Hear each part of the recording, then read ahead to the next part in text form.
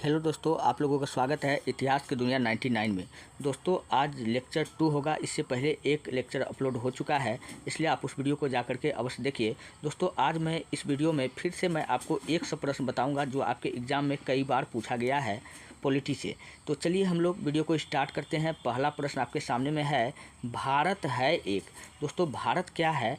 भारत एक धर्मनिरपेक्ष राष्ट्र है। ऑप्शन नंबर ए में ही हमको दिख गया, तो आगे हमको जाने की कोई ज़रूरत नहीं है। तो दोस्तों भारत क्या है? धर्मनिरपेक्ष राष्ट्र है। क्यों धर्मनिरपेक्ष राष्ट्र है? क्योंकि भारत में विभिन्न धर्मों के लोग रहते हैं और सभी के धर्मों को समान निगाह से देखा जाता है। इसलिए सभी के धर्मों को सम्मान किया जाता है। इसलिए हम लोग कहते हैं कि भारत जो है धर्मनिरपेक्ष राष्ट्र है। ठीक है। अब मैं आपको प्रस्तावना से प्रश्न मैं आपको बताता हूं जो आपके एग्ज़ाम में पूछा जाता है। प्रस्तावना को दोस्तों हम लोग लघु संविधान कहते हैं। क्या कहते हैं? प्रस्तावना को लघु संविधान कहते हैं। ठीक। और भी प्रश्न मैं आपको प्रस्तावना से बताता हूं जो आपके एग्ज़ाम में पूछा गया है। प्रस्तावना को हम लोग क्या कहते हैं? लघु संविधान कहते हैं। ठीक है। चलिए, प्रस्तावना को कहेगा कि किस संविधान संशोधन के तहत प्रस्तावना में धर्मनिरपेक्ष शब्द जोड़ा गया था। दोस्तों प्रस्तावना में 3 शब्द जोड़ा गया है। कितना शब्द जोड़ा गया है? 3 शब्द जोड़ा गया है। और ये 3 शब्द जो है किस संविधान संशोधन के तहत जोड़ा गया है? तो आपको बताना है कि 42वां संविधान संशोधन 1976 किसके तहत जोड़ा गया है? 42वां संविधान संशोधन 1976 के तहत जोड़ा गया है। 42वां संविधान संशोधन 1976 के तहत जोड़ा गया है। और ये तीनों शब्द कौन कौन जोड़ा गया है? तो एक शब्द जोड़ा गया है समाजवादी। ये तीनों शब्द कौन कौन है? समाजवादी हो गया। और दूसरा शब्द धर्मनिरपेक्ष। तीसरा शब्द क्या जोड़ा गया है?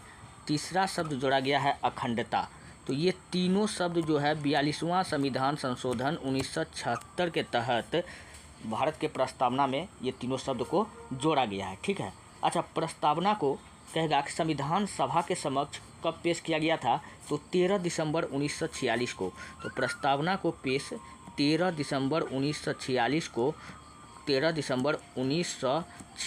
को कौन पेश किया था? तो जवाहरलाल नेहरू पेश किया था। कौन किया था? जवाहरलाल नेहरू संविधान सभा के समक्ष किया था। ठीक है। अच्छा, क्वेश्चन पूछा जाता है कि इस प्रस्तावना का विचार जो है किस देश से लिया गया है? तो प्रस्तावना का जो कॉन्सेप्ट है जो USA अमेरिका के संविधान से लिया गया है। ठीक। फिर क्वेश्चन पूछा जाता है कि इस प्रस्तावना का भाषा क्या है? अगर प्रस्तावना की भाषा का बात किया जाए तो प्रस्तावना की जो भाषा का विचार है वो ऑस्ट्रेलिया के संविधान से लिया गया है। किस देश के संविधान से लिया गया है? ऑस्ट्रेलिया के संविधान से लिया गया है। ठीक। फिर क्वेश्चन पूछा जाता है कि प्रस्तावना में अब तक कितना बार संशोधन हुआ है? तो प्रस्तावना में केवल अभी तक एक बार संशोधन हुआ। कितना बार संशोधन हुआ है? केवल 1 बार प्रस्तावना में संशोधन हुआ है। ये बात आपको याद रखना है। ठीक है। अच्छा, फिर क्वेश्चन पूछा जाता है प्रस्तावना को संविधान की आत्मा किसने कहा था? प्रस्तावना को संविधान की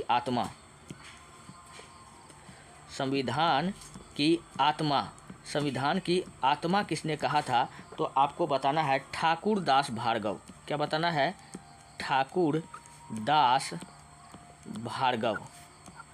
फिर क्वेश्चन पूछा जाता है कि इस प्रस्तावना को पहचान पत्र किसने कहा है? इस प्रस्तावना को पहचान पत्र। तो इस प्रस्तावना को जो पहचान पत्र है कौन कहा है? वो N.A. पालकी वाला। कौन कहा है? N.A. पालकी वाला।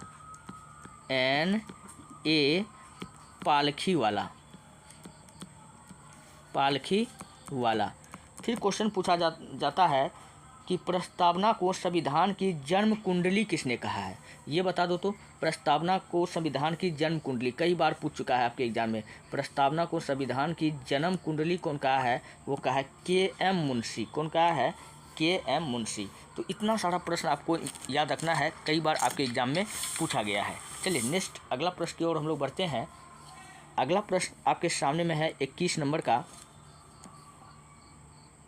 भारतीय संविधान की आत्मा किसे कहा जाता है? अभी जस्ट मैंने आपको बताया भारतीय संविधान की आत्मा किसे कहा जाता है, तो प्रस्तावना को कहा जाता है। और भारतीय संविधान की आत्मा प्रस्तावना को किसने कहा था, तो वो कौन कहा था? तो अभी जस्ट नाम बताया, ठाकुर प्रसाद भार्गव। क्या नाम बताया मैंने?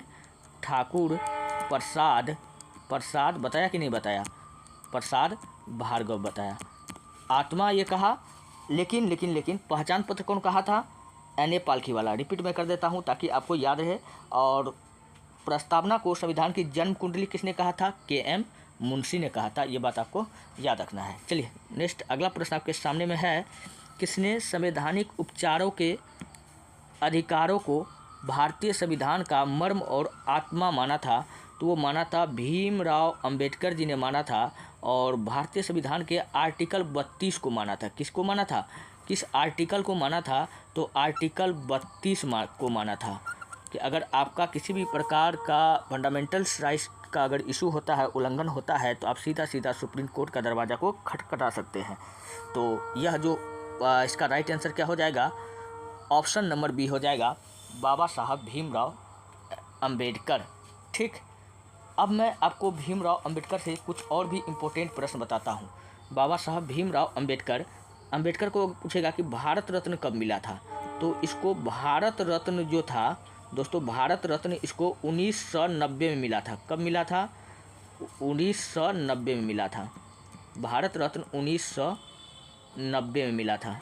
ठीक, और अंबेडकर की जयंती हम लोग कब मनाते हैं? 14 अप्रैल को। अंबेडकर की जयंती हम लोग कब मनाते हैं? तो अंबेडकर की जयंती हम लोग मनाते हैं प्रत्येक वर्ष 14 अप्रैल को। कब मनाते हैं? 14 अप्रैल को। किस रूप में मनाते हैं? समानता दिवस के रूप में मनाते हैं। किस रूप में मनाते हैं? समानता दिवस के रूप में मनाते हैं।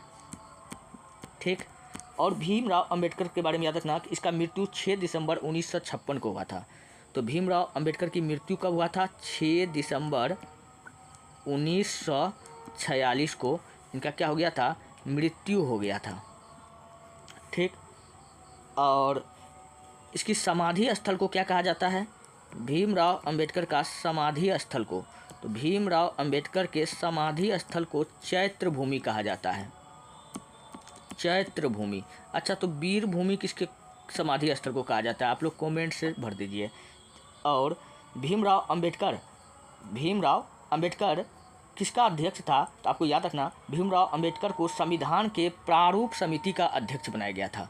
तो संविधान के प्रारूप समिति का अध्यक्ष कहेगा किसको बनाया गया था? संविधान के प्रारूप समिति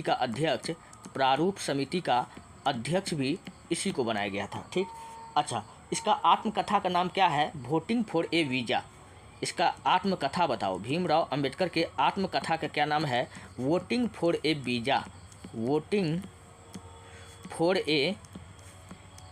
ए वीज़ा। अच्छा, स्वतंत्र भारत का प्रथम कानून एवं न्याय मंत्री पूछेगा कौन था? तो स्वतंत्र भारत का प्रथम जो था कानून और न्याय मंत्री, कानून एवं न्याय मंत्री भी बाबा साहब भीमराव अंबेडकर था। और इन्होंने तीनों गोलमेज सम्मेलन में भाग लिया। इन्होंने क्या किया था? तीनों गोलमेज सम्मेलन में भाग लिया था। अच्छा, इसका पत्रिका का नाम बताओ। तो मुकनायक नामक पत्रिका पूछेगा किसका है? तो इसी का है। The caste of annihilation in India, यह भी पुस्तक पूछेगा किसका है? तो यह भी बाबा साहब भीमराव अंबेडकर का है। चलिए, इतना बात आपको याद रखना है। चलिए बढ़ते हैं नेक्स्ट अगले प्रश्न की ओर। अगला प्रश्न आपके सामने में है, भारतीय संविधान को संविधान सभा द्वारा अंगीकृत किया गया था। तो भारतीय संविधान को संविधान सभा द्वारा अंगीकृत किया गया था 26 नवंबर 1949 को। लेकिन संविधान को पूर्ण रूप से अगर लागू करने का बात कर देता तो पूर्ण रूप से तो ये हो जाता 26 जनवरी 1950 को। पूर्ण रूप से संविधान को लागू कब कर दिया था? 1950 को पूर्ण रूप से लागू कर दिया था। लेकिन यहाँ क्या कर रहा है? अंगीकृत बनकर तैयार कब हुआ था? तो 26 नवंबर 1949 को बनकर यह तैयार हुआ था। तो इस प्रश्न का ऑप्शन नंबर ए क्या होगा? राइट होगा। नेक्स्ट, भारत का संविधान पूर्ण रूप से तैयार हुआ था। हाँ, अब आपका आंसर सही जाएगा कि पूर्ण रूप से कब तैयार हुआ था? 26 नवंबर 1949 को पूर्ण रूप से तैयार हुआ था और संविधान लेकिन लागू नहीं हुआ था। लागू कब होगा, ये देखिए अगला क्वेश्चन है। निम्नलिखित में से किस तिथि को भारतीय संविधान लागू किया गया था? तो भारतीय संविधान को 26 जनवरी 1950 को लागू किया गया था। कब किया गया था? 26 जनवरी 1950 को। नेक्स्ट, किस वर्ष भारत एक प्रभुत्व संपन्न प्रजातांत्रिक गणराज्य बना?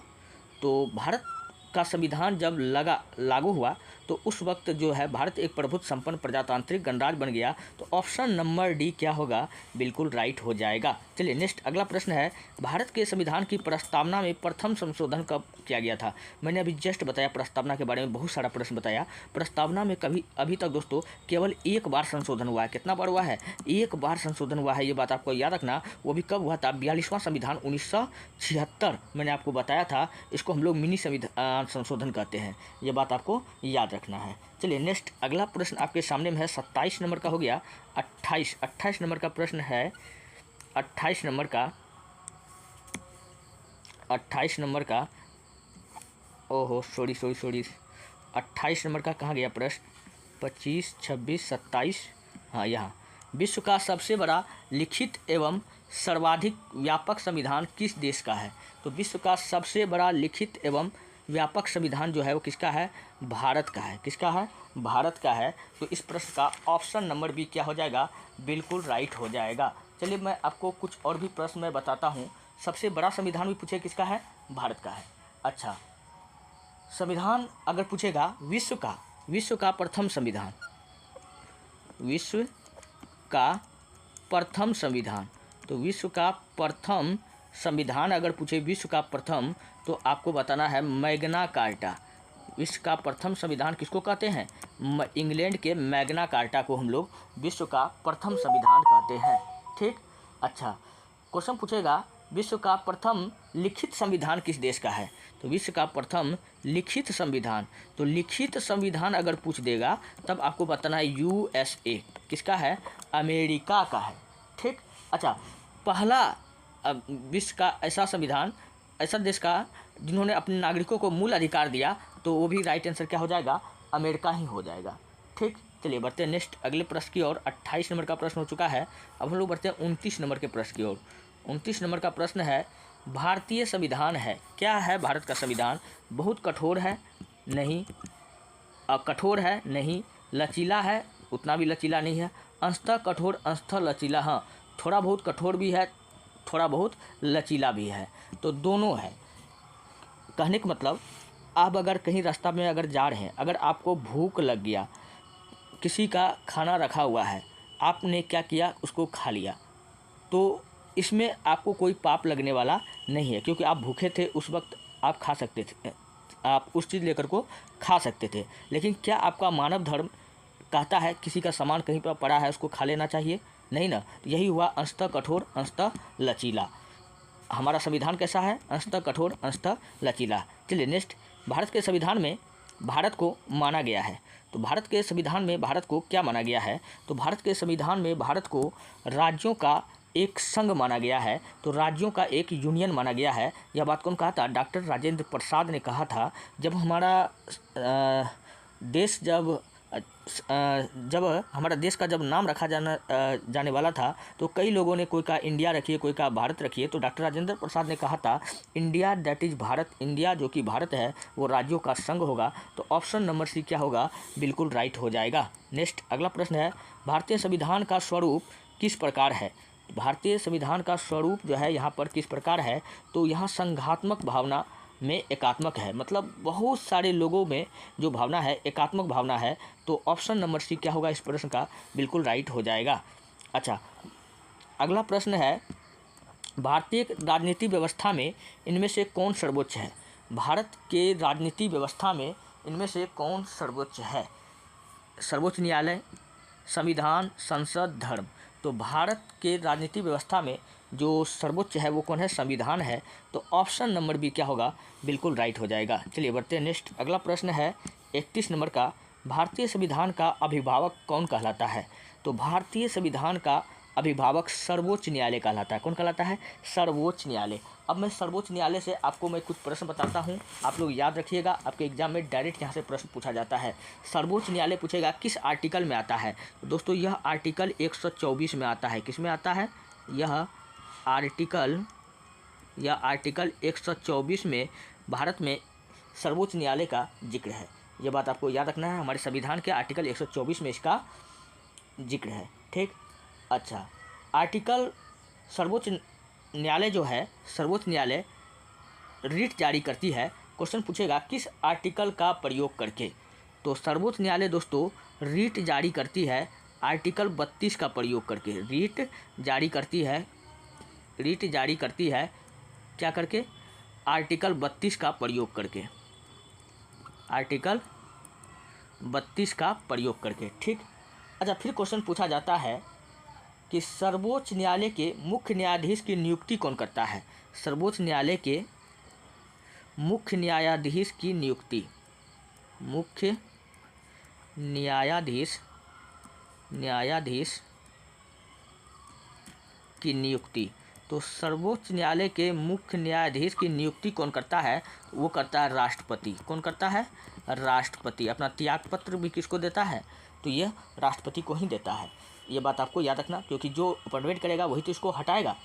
अच्छा, क्वेश्चन पूछेगा कि भारत में प्रथम न्यायाधीश, सर्वोच्च न्यायालय के आज़ाद भारत के प्रथम न्यायाधीश, सर्वोच्च न्यायालय का आज़ाद भारत का, स्वतंत्र भारत का प्रथम न्यायाधीश।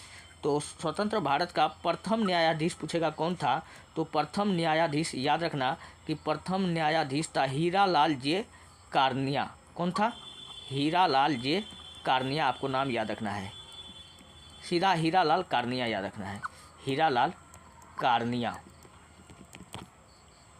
ठीक, अच्छा, भारत में सर्वप्रथम कहेगा कि सर्वोच्च न्यायालय कब खोला गया था? तो वो 1773 में, पीछे जस्ट बता करके पिछला वीडियो में मैंने आपको बताया था। ठीक है, तो वो बात आपको याद रखना है। अच्छा, यह आर्टिकल 32 करके सर्वोच्च न्यायालय और उच्च न्यायालय रिट जारी करती है किस आर्टिकल का प्रयोग करके? तो उच्च न्यायालय जो है, हाई कोर्ट, उच्च न्यायालय जो है आर्टिकल 226 का प्रयोग करके करता है। किसका? आर्टिकल 226 का प्रयोग करके। नेक्स्ट, अगला प्रश्न आपके सामने में है, भारत में वयस्क मत अधिकार की उम्र सीमा क्या है? भारत में वयस्क मत अधिकार की जो उम्र सीमा है वो कितना है? 18 वर्ष है। कितना है? 18 वर्ष है। तो इस प्रश्न का ऑप्शन नंबर 1 क्या हो जाएगा? बिल्कुल राइट हो जाएगा। नेक्स्ट प्रश्न है, भारतीय संविधान में कितनी सूचियां हैं? दोस्तों भारतीय संविधान में अगर बात किया जाए तो टोटल जो सूचियां हैं वो 3 प्रकार की सूचियां हैं। एक को कहते हैं हम लोग केंद्रीय सूची, और केंद्रीय सूची के विषय पर जो है कानून केंद्र सरकार बनाता है। दूसरा को कहते हैं राज्य सूची, और राज्य सूची के विषय पर जो कानून है कौन बनाता है? राज्य सरकार बनाता है, राज्य सरकार कानून बनाता है। तीसरा को हम लोग कहते हैं समवर्ती सूची। क्या कहते हैं? जो केंद्र और राज्य सरकार दोनों मिलकर कानून बनाता है। तो समवर्ती सूची के विषय पर कानून कौन बनाता है? तो केंद्र प्लस राज्य दोनों मिलकर के कानून बनाता है। अगर दोनों में विवाद हो जाए तो केंद्र सरकार की बात को माना जाएगा। ये बात आपको याद रखना है। और यह जो शिक्षा है, क्वेश्चन पूछा गया है, शिक्षा पहले किस सूची का विषय था? दोस्तों पहले शिक्षा जो था वह केंद्रीय सूची का विषय था शिक्षा, लेकिन अब इसको समवर्ती सूची में रख दिया गया है। अब इसको समवर्ती सूची का विषय बना करके रख दिया गया है। ये बात आपको याद रखना है।